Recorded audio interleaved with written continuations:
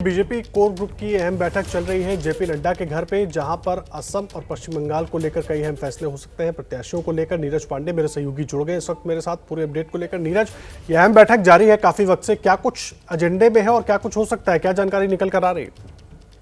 टिकटों का निर्धारण होना है। आज शाम को केंद्रीय चुनाव समिति की बैठक ली है, इसलिए आज ये बैठक हो रही है जेपी नड्डा के आवास पर। दरअसल पहले पश्चिम बंगाल और फिर असम, इन दोनों राज्यों के टिकटों का निर्धारण होना, और दोनों राज्यों के पदाधिकारी कोर ग्रुप के लोग हैं जेपी नड्डा के आवास में मौजूद हैं और टिकटों पर मंथन चल रहा है।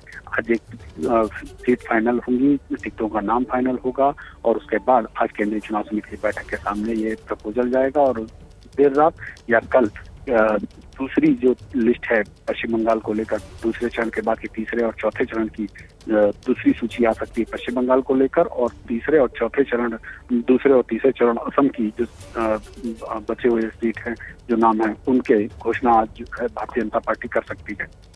चुनाव समिति की बैठक में तो नामों पर मुहर लग सकती है नीरज, जिस तरह से आप कह रहे हैं, लेकिन मैं कोर कमेटी की बैठक की बात भी कर रहा हूँ। क्या पश्चिम बंगाल को लेकर कुछ रणनीति पर भी बातचीत हो सकती है, रणनीति बदलने या रणनीति में कुछ और जोड़ने के लिए, इस पर भी चर्चा हो सकती है? और इस बीच जो अपडेट पश्चिम बंगाल से आ रहा है कि यशवंत सिन्हा भी बीजेपी टीएमसी का दामन उन्होंने थाम लिया, इस पर भी कुछ चर्चा हो सकती है क्या?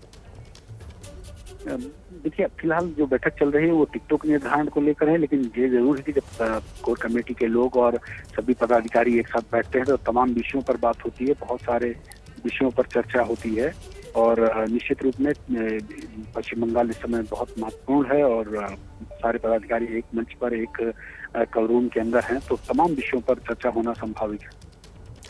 अहम जानकारी आप दे रहे हैं, बहुत धन्यवाद आपका नीरज, पूरी जानकारी के लिए बहुत धन्यवाद।